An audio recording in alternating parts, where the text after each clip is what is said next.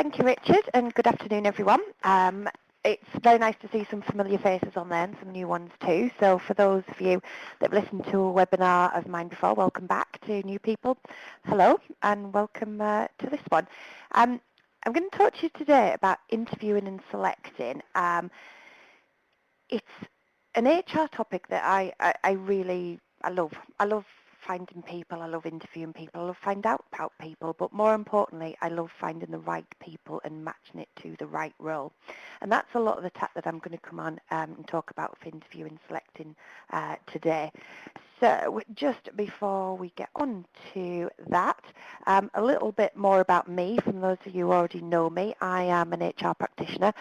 And I also co-run the Business Springboard with a colleague where we deliver specifically leadership management training to a wide variety of sectors and levels in management. One thing that we're very proud of is that we're practitioners as well as trainers. So I am a fully qualified CIPD member, have an MA in Human Resource Management as well, and I've worked in the field for far too many years for me to mention now, probably around 18. That's showing a bit of my age. So I focus a lot on leadership management development, people management, and also soft skills in there too.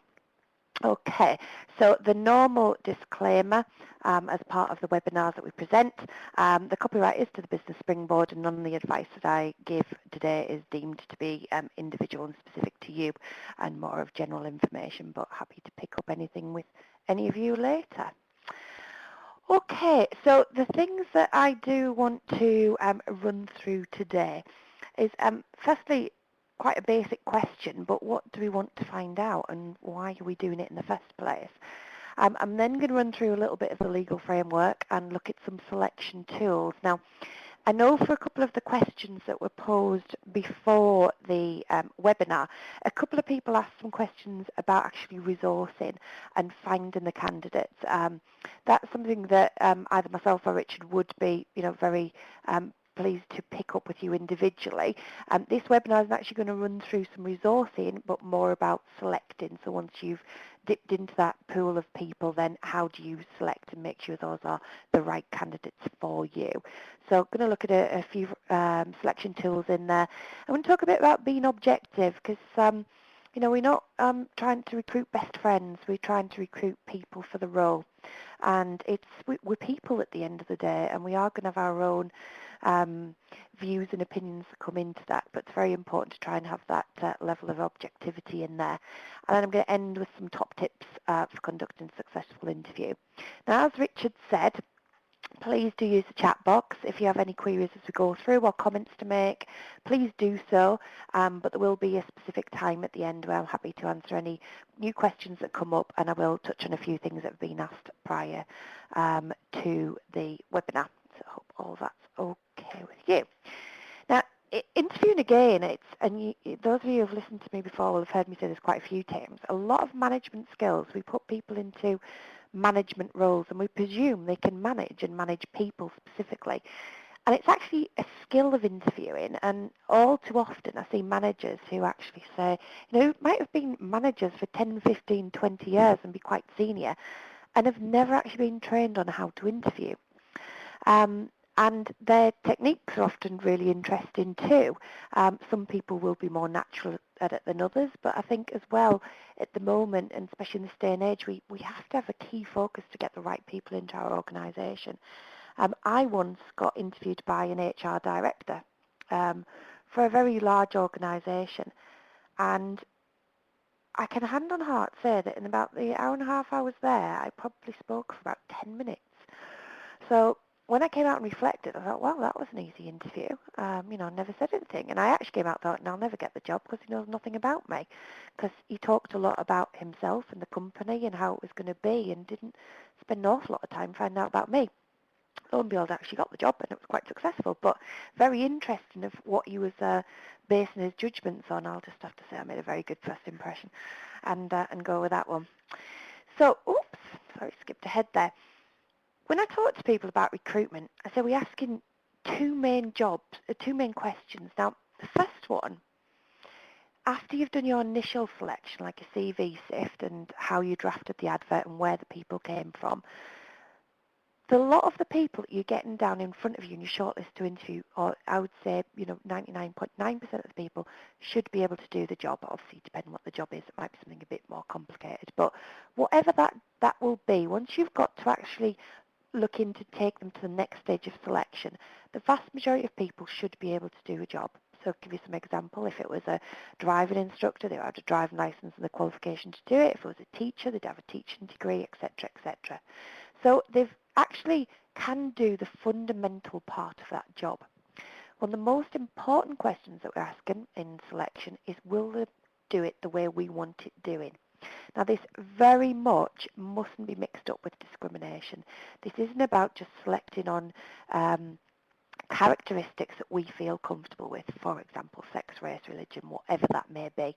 It's definitely not that. It's about how that person will fit into the culture of the organisation, what soft skills that they've got, about the people mix that you've got in the organisation. Now here, as I do not mix this up with discrimination, I'm talking about diversity, about bringing something new to it, and then very much about attitude as well.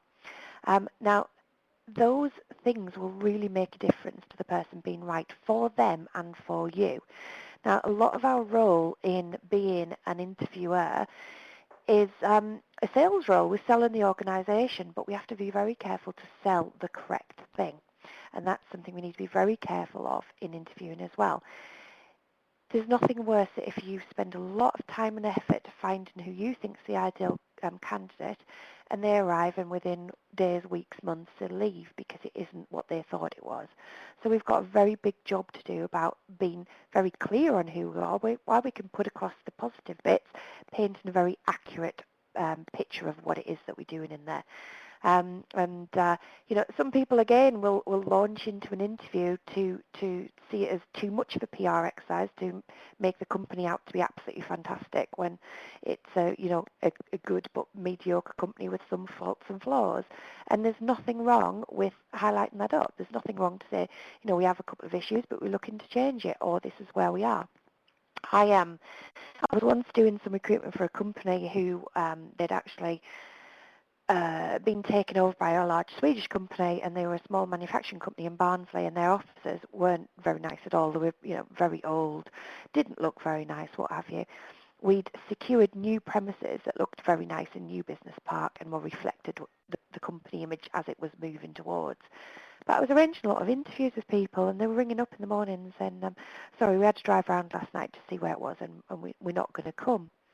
I thought, what's going on here? And thinking about, going back to Maslow's hierarchy of needs and things that have to be established first before we can look at other motivators.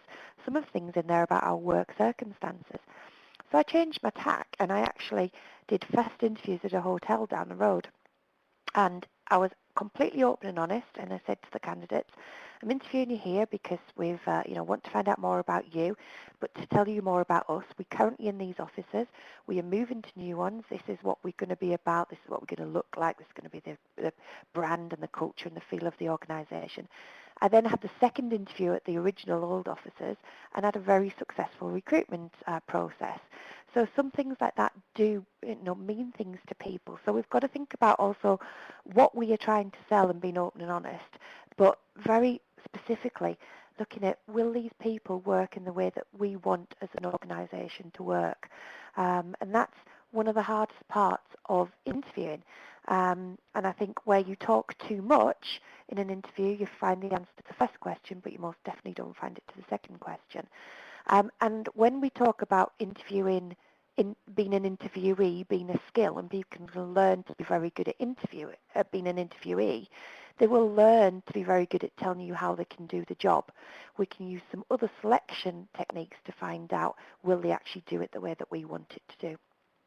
So that is one of my biggest things in recruitment, to just put that into perspective of what you are looking for.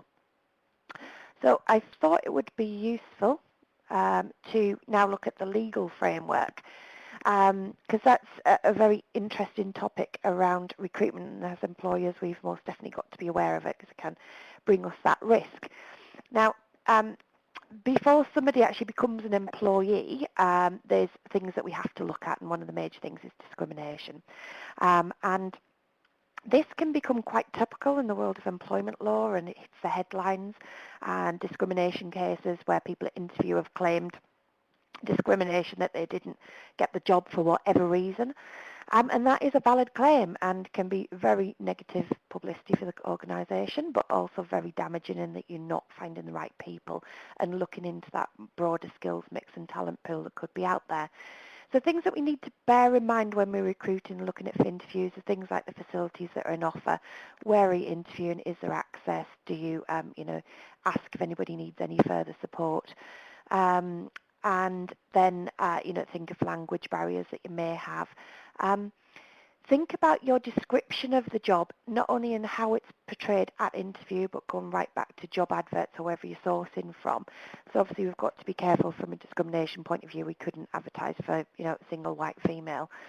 That would be highly dangerous to do. But there are some cases where you can specifically select for a certain type of person. For example, if it was a women's refuge and you wanted a case worker who are working with abused women, it may be viable then to recruit for female candidates. So you just need to look into that, but in general be very cautious about that description. Think about the questions that are asked, and I think this is a big area, especially for people who haven't had formal recruitment training and interview training, where we can fall into this chat and general life. And people will disclose that, but if it's disclosed and brought up personal information about them people, then they might say that's the reason why you didn't recruit. Now, interestingly, as I do quite a bit of recruitment for clients, and I have one client that recruits for a role that typically attracts men aged about 40 to 60. And those male CVs quite often have on them married with 2 kids or separated or whatever, children now grown up, and they often have date of birth on too. I must admit, date of birth on CVs are becoming less and less. I'd be interested to see if you're all seeing that too. But things on there about the family, I've worked with some managers before who always say, so, what about home life? You got kids? You married? We need to keep away from those sort of questions, because really, how relevant are they to how they can do the job? Now, I'm a realist. I understand this builds up a picture of a whole person and perhaps how they might fit into the values of the organisation. But we do need to be careful and ultimately think of what is the best, what are we wanting for the organisation, what skills on there. Now, however extent you take this to with the discrimination thing, I know some organisations, and I'd be interested in the chat box if anybody mentioned this, if anybody has blind CVs, that they will ask for them to come in without names and addresses and any reference to gender on there. Other people won't do that. It depends how you're selecting and what method that you're using. I don't think we need to get ultimately silly about it, because a lot of law, I always say a lot of law is common sense, and then the discrimination, it is common sense. You want the best person to do the job, so why should these things matter in there? Also be very careful about notes that are taken, because under data protection, the employees have got a right to see their interview notes. So, be careful, and very a keen point to educate interviewers about the types of notes that they take during the interview process. So obviously taking away any references to the personal characteristics, background, etc., etc. A very interesting story that I once recruited a lady who I'd been to university with way back at the beginning of my career, and I'd interviewed her with the ops director. And years later, when data protection, the laws just changed, she has to see a personnel file. And she called me up, very jokingly, upset, but saying, right, I've gone through the whole of my personnel file, and the only thing negative on there was by you, who said I was a bit repetitive. So that was a bit damaging to the friendship, but luckily we still remain friends. So just remember that people can see these notes. Write observations, not interpretations, and stay away from any personal characteristics on there too. Now, I thought I'd touch on verbal offers as well, because within the recruitment process, it can happen at interview time and a verbal offer being made, and there's quite topical about, is this legally binding or not? And this is quite I think, an interesting area, because we talk an awful lot about contracts of employment, but actually a contract of employment isn't a contract in a true state of a word of what contract actually means. What we're referring to there is a statement of main particulars, and that's what the law says that people need to have when they start work. And that's become, over time, we use the words contract of employment, but in the true legal sense of the words, it's not a legally binding contract. The Employment Relations Act of 1996 refers to a definition of a contract being offer, acceptance and consideration. So what we've got to bear in mind that in that things that will make up an offer could even be stuff what you say in a job advert. If you say in a job advert, the job comes with a company car and shares, that could form part of the offer. If you say something in an interview, oh yeah, you can have private medical, we can offer that, and then your manager says that and comes back to the HR department and you say, hang on, no, sorry, we have changed the policy there, they don't get that anymore. It could have already been mentioned. And also, whatever's wrote in that written offer, all of these things could theoretically form the offer of employment. So remember back to the definition, offer, acceptance and consideration. It doesn't become lawful, that offer of employment, until it's actually accepted. Now, what is acceptance? And the acceptance can be something like them handing the note saying, sending you a written offer back or telling you a start date. So up until that point, until the offer is accepted, it's relatively easy to withdraw. You can send a written notice out of that on a verbal offer to say, sorry, that offer's withdrawn, or the manager was confused, the offer would actually be on this basis. Once it's accepted, you are getting in the realms of this very, this changeable word of contract. So, but it doesn't mean you can't get out of it. What it would mean is then the law that we're looking at is breach of contract, which there's no qualifying period for. So, to give you an example, in an end of an interview, a manager says, right, we'd love to offer you the job. The salary is going to be $25,000, company car, and can you start a week on Monday? And the candidate says, yes, I'd love to, and goes back and resigns from their current role. That would deem to be entering into an agreement for employment. But you can still get out of that, and it could seem quite harsh, especially if they have resigned from the role, and the candidate could in effect end up being jobless. But you can get out of that. What you've then got to look at is what the notice period is within the contract of employment. Any tribunals would look at reasonable notice, and that's where you've got to go back. If your contract says, you'll receive 1 week's notice or 1 month's notice within the first year of service, that's what you would have to pay somebody, even if they hadn't actually stepped through the door, if they'd accepted your offer of employment. One thing to be very careful of is more senior roles. If you send out a job offer and it has a notice period of 3 months, and then something changes within the organisation and you want to rescind that offer, you would have to pay a 3-month notice period. So just be very careful and ensure that your interviewers are aware of that. A very easy way out of that is to have something specific in there to say that no notice shall be given, or nobody will be entitled to any notice with under 1 month's service, because you would be in line with the law there. So just something to be aware of. You can take a backward step if you need be, but you just need to be aware of the breach of contract. The bigger thing I would be aware of there is that loss of trust and the damage to the organisation, and that you could be losing particularly good people and having a bit of bad press over it too. Okay, so moving on to some selection tools. Now, there's a whole broad range of selection tools that we can look at, and I've listed a few down there. The biggest thing to look at is what's going to be more appropriate for your role. And there's lots of examples and reports that you can find online to say about different usages and their effectiveness. Different organisations will always use a set process, but my biggest advice would be choose something that's going to help you understand and give you the answer to those 2 questions that we went back to at the beginning.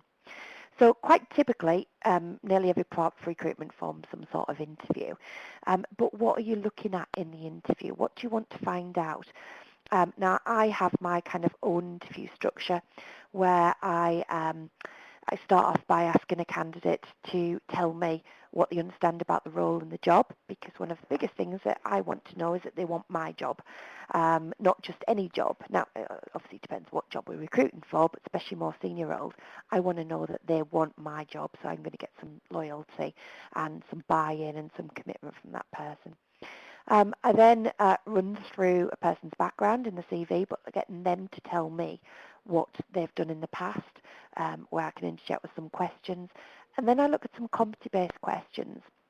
Now, these ask for specific examples of when they've shown the skill or competency that we're looking for. So it's when we talk about interviewing being a skill, it's a lot easier to say, oh, how would you deal with this situation? And somebody can give you a textbook answer of how they would deal with it. If they've ever dealt with that before, you never know. So if you say, can you give me an example when you've had to? Can you give me an example when you've done this? So can you give me an example when you've had to ensure accuracy? Can you give me an example of when you've had to work as part of a team? Some candidates need a bit of coaching around it to get what they feel, but when people start telling stories of how things have worked in the past, they tend to get more in that comfort zone, and you get more valid information out there. It's a lot hard to make that up and give a textbook answer. So I'm really big favour of competency-based questions in there too. Now, in that general interview stage, it's only at that point that I would then tell them a bit more about the role, fill in any gaps that there were at the beginning when I asked them what they understood about the role and the interview, and the company. The reason for doing that, if I tell them it right at the beginning, they can respond and answer. They can just tell me exactly what I'm looking for. So if I say, okay, what do you know about us? Okay, well, what we're actually looking for is somebody who's going to be really good on IT, who's somebody who's got great attention to detail, that quite likes working on their own because, we're a small company, but we people need to get their head down and get on. There's often not many people in the office. Then it's ideal for somebody to just tell me exactly what I want to hear. So it's only near the end that I fill in those bits and pieces. I'm a very big fan of having a more relaxed interview situation, because the ultimate goal is to find out more about the person, and you're going to do that when it's slightly more relaxed.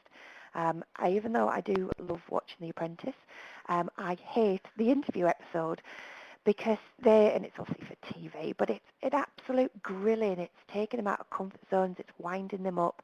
Yeah, there'll be times in an interview where you want to press a few buttons if that's what the job role's going to entail.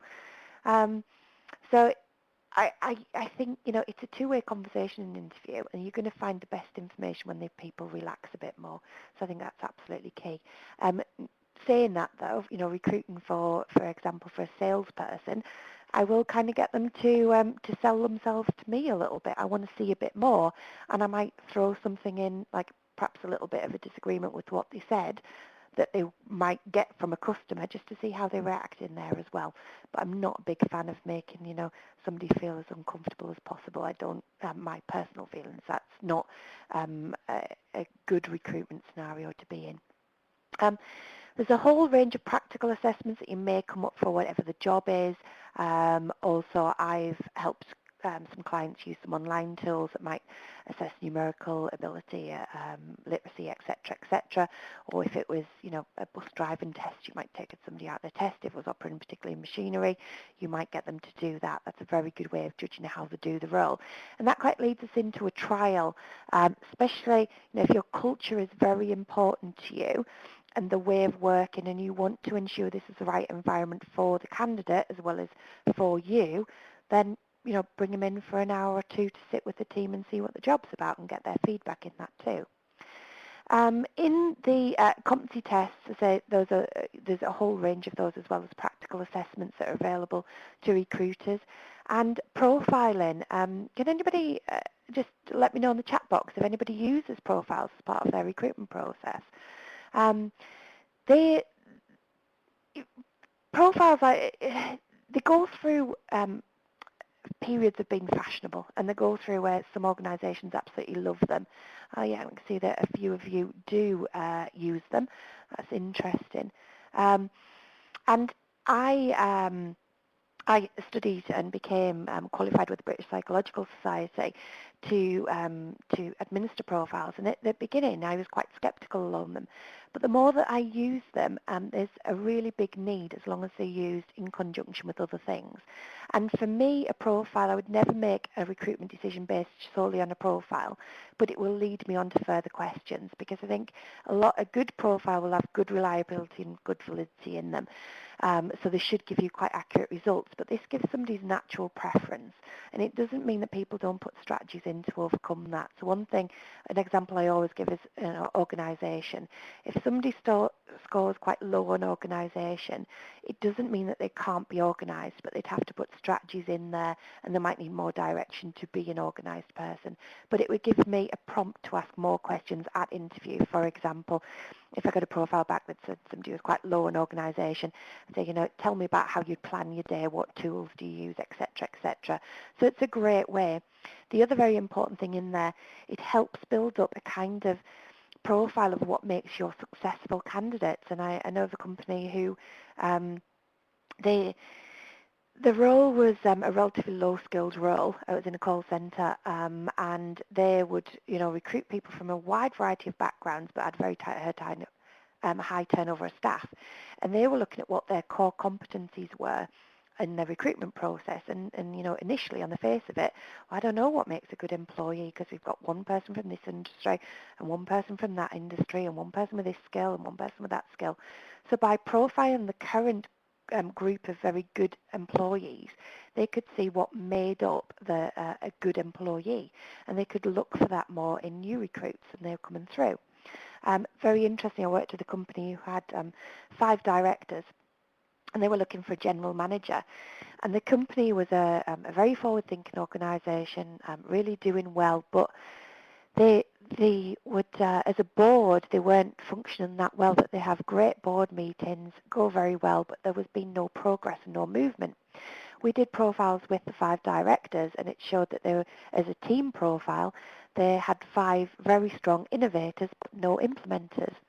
So we specifically looked to recruit a general manager who was very strong in implementation, and that is a massive success story for that organisation, of something that we really looked at what we needed, measured it, recruited for it, put it in place, and it's worked fantastically.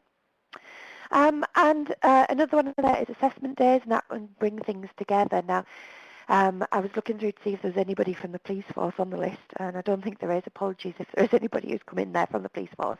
But historically, the police have had some bad press because their police officer assessment days kind of threw in every single technique going to go through as an assessment day, and was quite tough. And then, how they then based the decision was up for debate. But assessment days can be great. It can save you time, bring people together, save you resource on the interviews, and combine some set things that will help you make a decision. It's quite fun as well. I think it's a good way to show the organisation and show what you're into. So on that point, for whatever you choose, and nobody will be able to tell you this is the best one overall, this is the best selection tool, or for your organisation, this will be the best one forever. It will depend on the role and what resources you've got and what you are looking at. So things, before you decide how you're going to select, think about what you're trying to achieve. Who do you want to recruit? What are you looking to find out about the people? What competencies are important to you? For example, if you're recruiting a driver, why get them to do a presentation if that's not a core competency that they're going to do? If you've got to match the two up there and really think about what you're looking to achieve. If you are doing even an interview or something bigger than that, how are you going to score performance? Now, numerical scoring isn't always the best answer to do an interview, but you need some record and some basis to make your decision what your benchmark's going to be. Also, if you have more than one recruitment a selection tool, how are you going to weigh tasks? So if somebody does absolutely dreadful in the interview but does a fantastic presentation, which you can take more value from?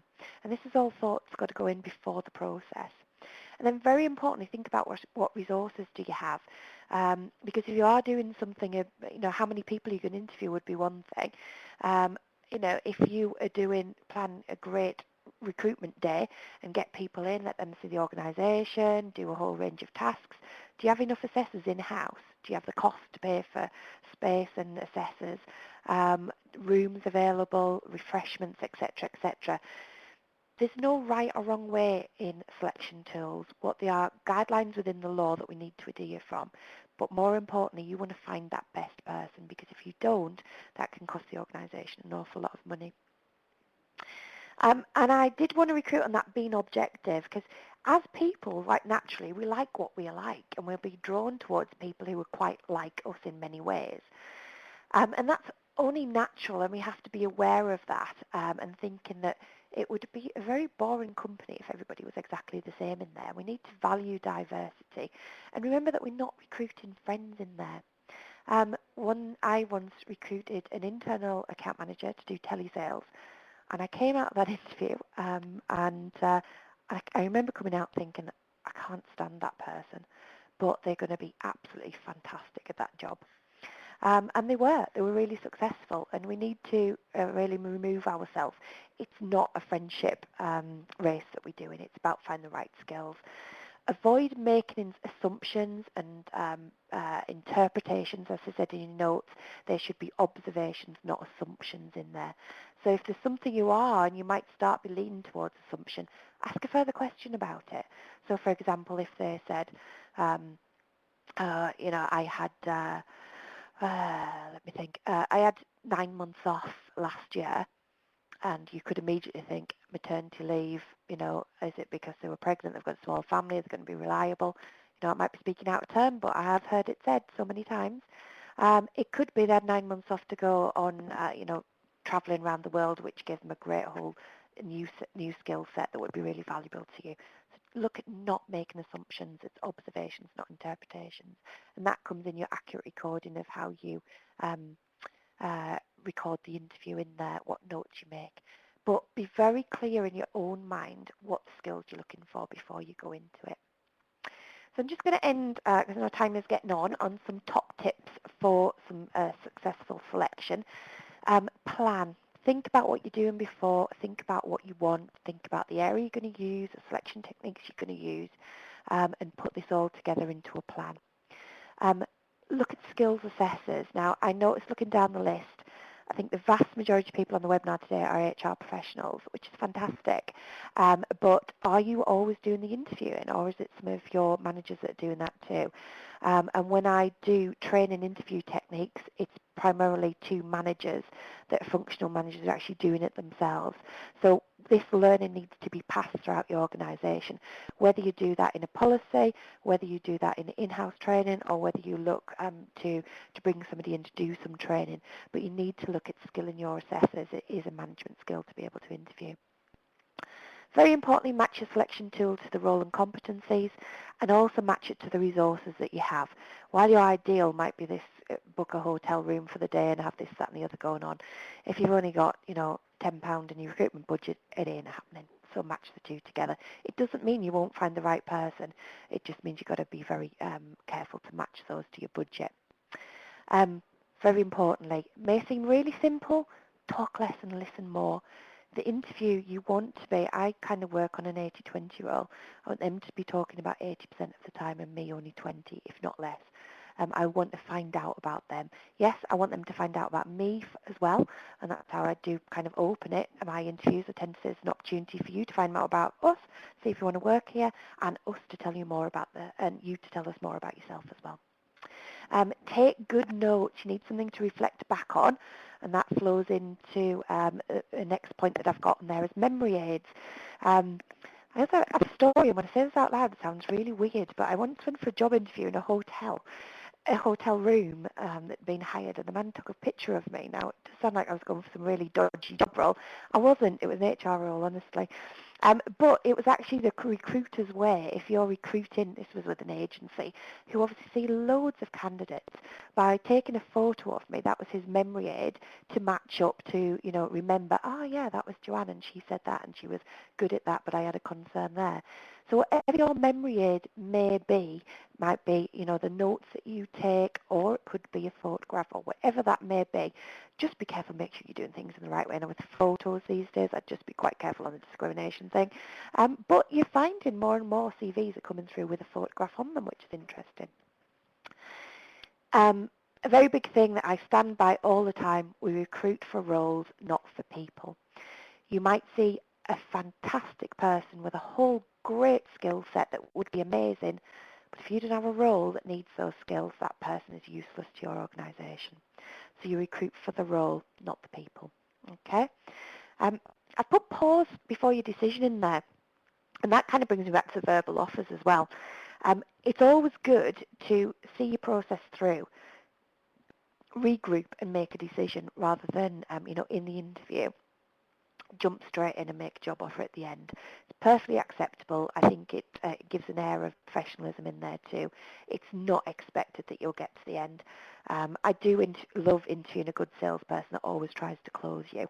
And to me that gives very positive points, but I stand by my decision that I will not be closed during an interview.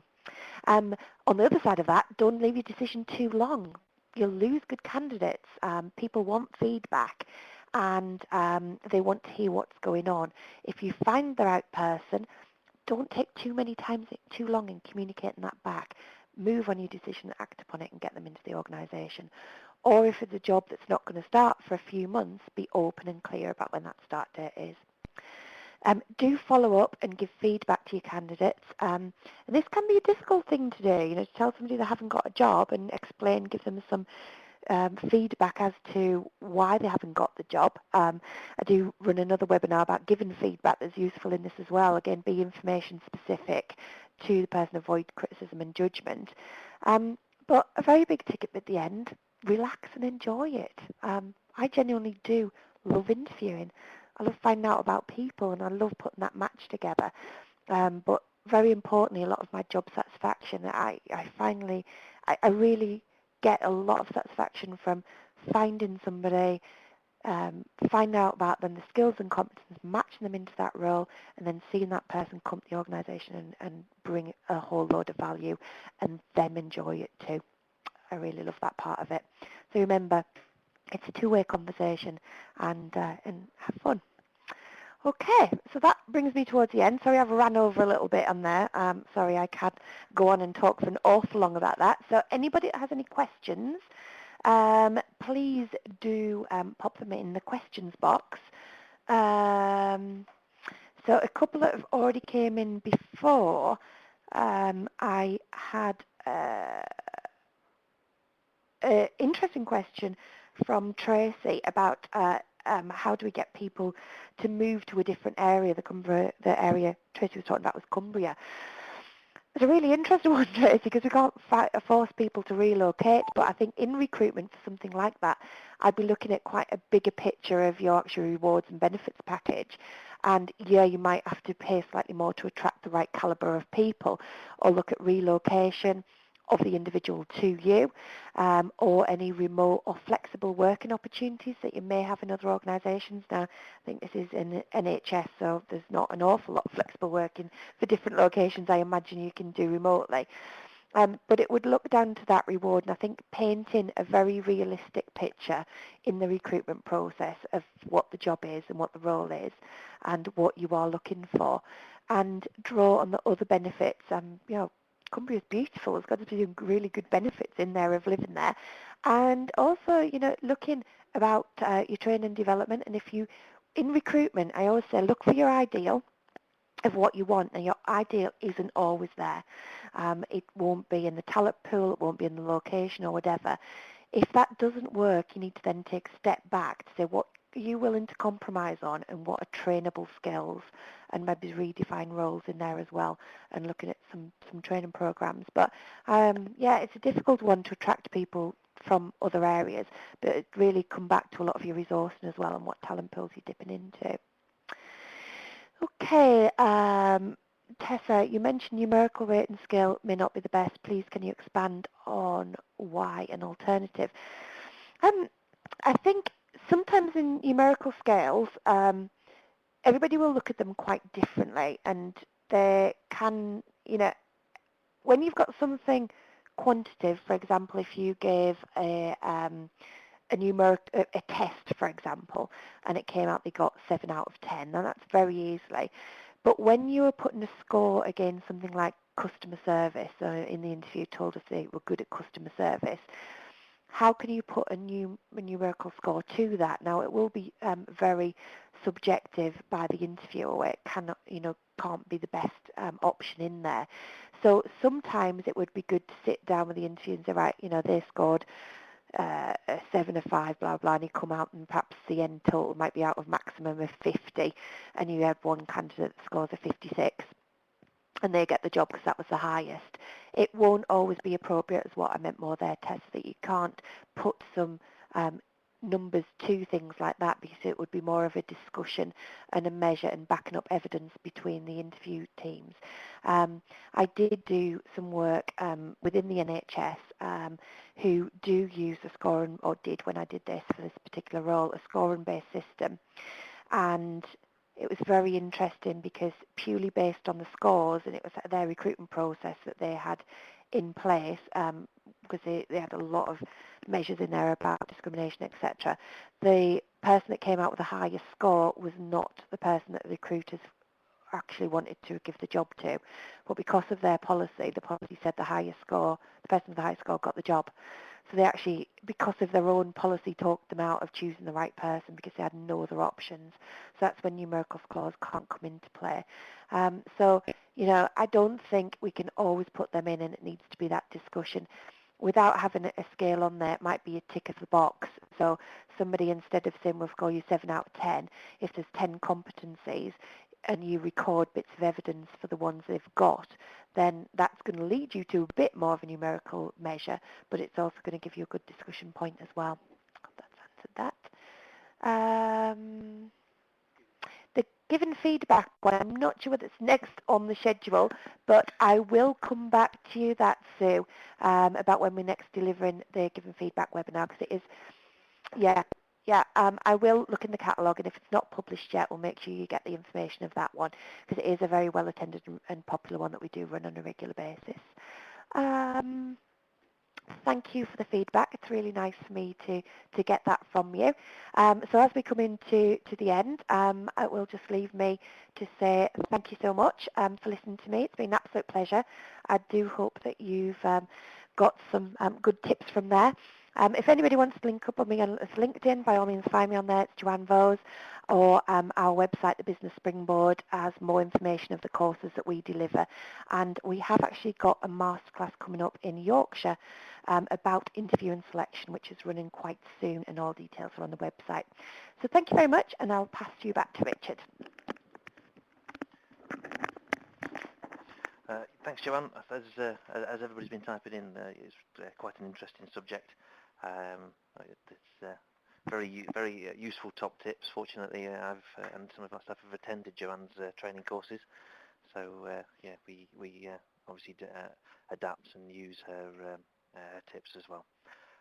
The obviously final thing for me, in terms of the giving feedback webinar, it is available in that. It has already been run, and we should have a link available for people to look at that if you want to.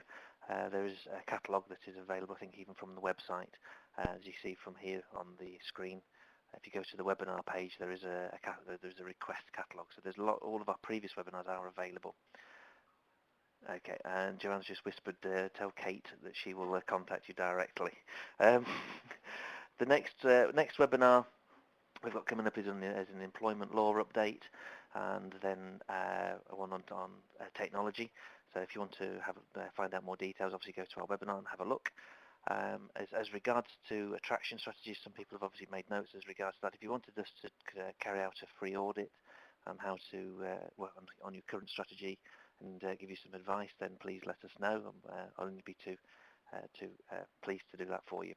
So yeah, obviously get in touch and let us know. Otherwise, the only thing for me left to say is that obviously thank you for your time, and obviously do go to our webinar page. You'll see all about the webinars we've got. We do send out a monthly an email, and obviously if Joanne's giving feedback webinar isn't on the list yet, I'm sure there'll be a future date for it. So thank you very much for your time today, and we hope to see you again on future webinars. Thank you. The leader has turned lecture off.